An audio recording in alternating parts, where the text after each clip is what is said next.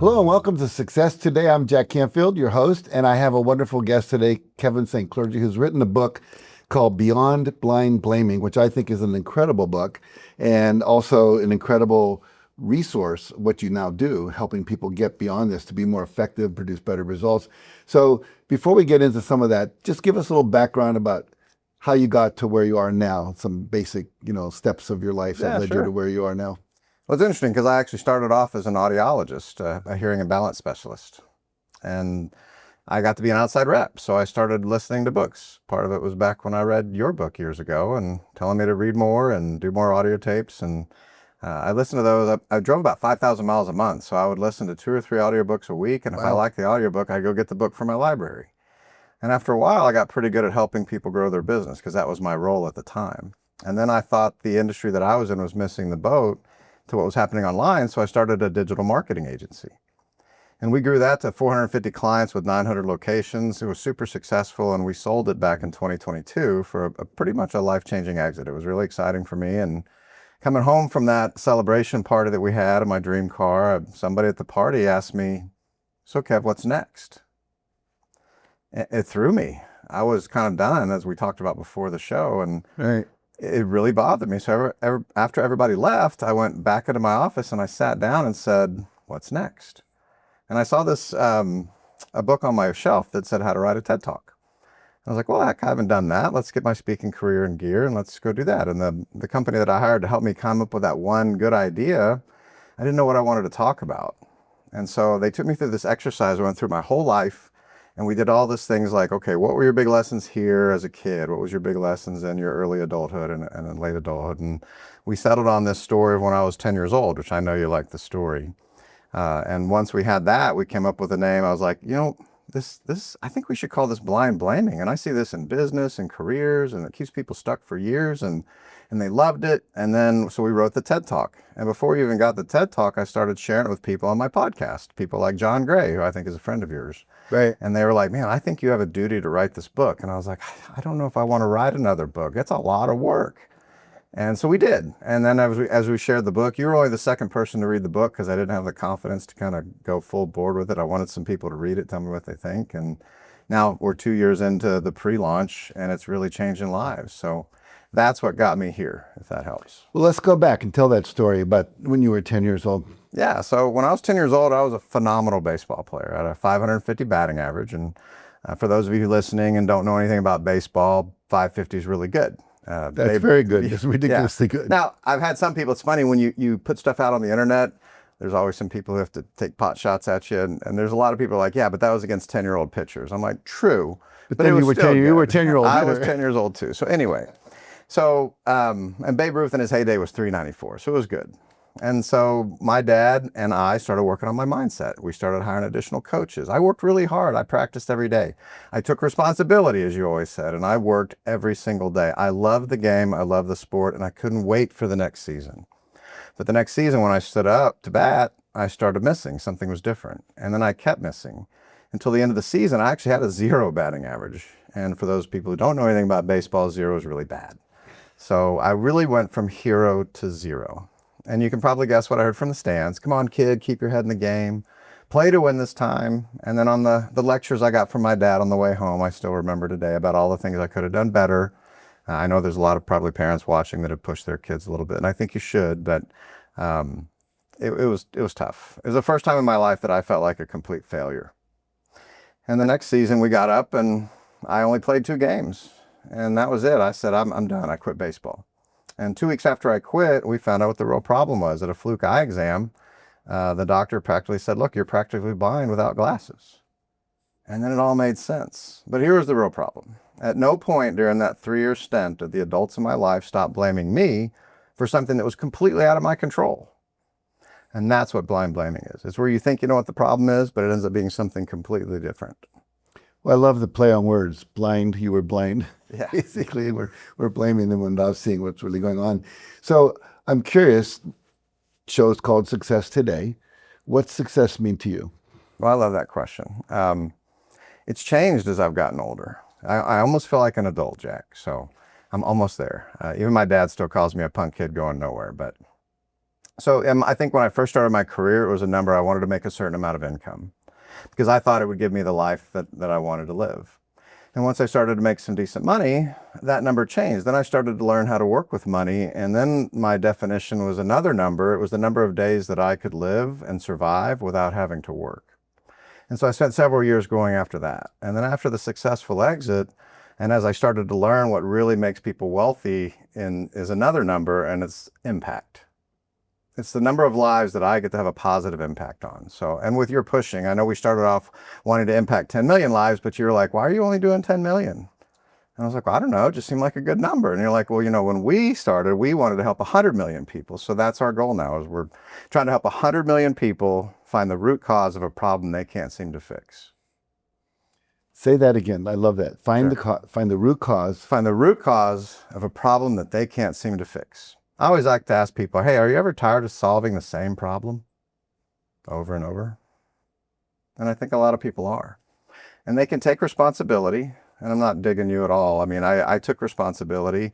I didn't blame. I didn't complain. But there was something else deeper going on that nobody could see, especially the people around me. And I think that happens in business. I think it happens in life. You know, another part of that impact is how I'm having the impact that I have on the people around me, the relationships that I have too. So talk about that. How do you help people find the problem that they're not seeing? Yeah, we call it the RCD Method. It's pretty simple, but I like to remind people that simple does not always mean easy. And so R stands for reflect. And the key question behind the reflect stage is there something else going on that I can't see? Like for me, it was the blindness from my baseball. But there's another individual that I always tell the story about who had a company. It was very successful. They'd hit 7 figures. They were doing quite well, but they were starting to lose customers. Their employees were really frustrated with this person, and they started helping them. It was the owner, and they were trying to help the owner be more productive. They were trying to help him with daily planners, blocking out his schedule. His business partner got so frustrated with him that he actually hired him an ADHD coach. And after about 6 months, the ADHD coach said, look, I don't think you have ADHD. I think there's something else going on. And so he sent him to his primary care doctor. And the primary care doctor simply said, so you've struggled with this your whole life?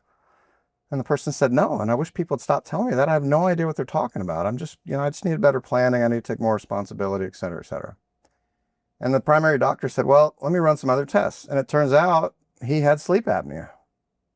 He was chronically exhausted. And it doesn't matter how much he blocked his schedule out. It doesn't matter how much or a different daily planner that he used. Nothing was going to make a difference if you're chronically exhausted. And that person was me. And so once we got that fixed, I love that. we grew the company 5 times, and that's what led to our successful exit. But that's another great example of blind blaming. And I know I did 2 health examples, but in that reflect stage, we go through 5 different areas of people's life for their business. We look at their health first, because I think there's a lot of underlying health problems that people still seem to miss. Then we look at their purpose. And this is something else that I give you a lot of credit for, because every year I still use your template that you taught me 20 years ago in your day class that I went to on my birthday. That's when we first met. And I still do it every year and kind of re-outline my values and my goals and what I want to accomplish and things like that. So a lot of people, though, I find there's a misalignment between what they're doing right now and having some energy in their life to do those things. They're not doing the things that they enjoy. They're not doing things that light them up. Right. Like another person who recently read the book, and he's like, listen, I need to let you know your book changed my life, which I love. It's very humbling. It's, you know, you've done it too. And I was like, well, tell me about that. And he's like, well, I'm a fractional COO. And after reading your book, I quit. And I'm like, well, wait a minute. I didn't tell you to, this is, I don't want you to upend your whole life and give up everything that's feeding your family. No, you don't understand. 2 weeks into it, my wife is like, what's going on with you? You're more present at home. You're more loving. You're paying more attention to me. And I didn't have to talk to you about it, and I was about to. And he's like, it's because I'm doing something that I enjoy now. I'm not doing something because I have to do it. I'm doing something because I want to do it. And it's already instantly successful. He went out and started an AI company. And it's pretty hot now, so it's perfect timing for him. Right. But it's totally changed his life. Then we look at relationships, and not just at home, but with the people that you work with, to make sure that you have good quality, open relationships. We look at growth, which means, do you have a growth mindset or a fixed mindset, which I know you've taught about for years. And then finally, we look at resources. Do you have the tools necessary, the habits, the systems, the processes to get you where you want to be? And it's not about finding one thing in each of those areas, Jack. It's about finding one thing that creates a ripple effect across their life. And if we truly hit our goal and we help 100 million people find that root cause, I think we'll not only create a ripple effect across their lives, but the people that they interact with, I think we'll have a positive impact on society as well. Now that's the reflect part, right? That's the reflect. There were two other initials in there. Talk about next those. We go to connect. So connect is another favorite of mine, because when people are in their sphere of influence, just like with my baseball story, the parents in my life thought I just needed more motivation. My dad thought I had preteen. By the way, he still thinks, he says, you know, when Kevin was a baseball player, he was the best GD ball player I've ever seen. And then his attitude went to shit. And I'm like, Dad, I just told you the story. And he's like, yeah, but I remember how bad your attitude was. I'm like, Dad, I went blind. He's like, oh yeah, right, whatever. So even 40 years later, he still doesn't remember. Anyway, when people are stuck in the same, what I call blame loop in the book, which we don't have time to get into today, but it's just this nasty little loop that you can't get out of, they can't see either.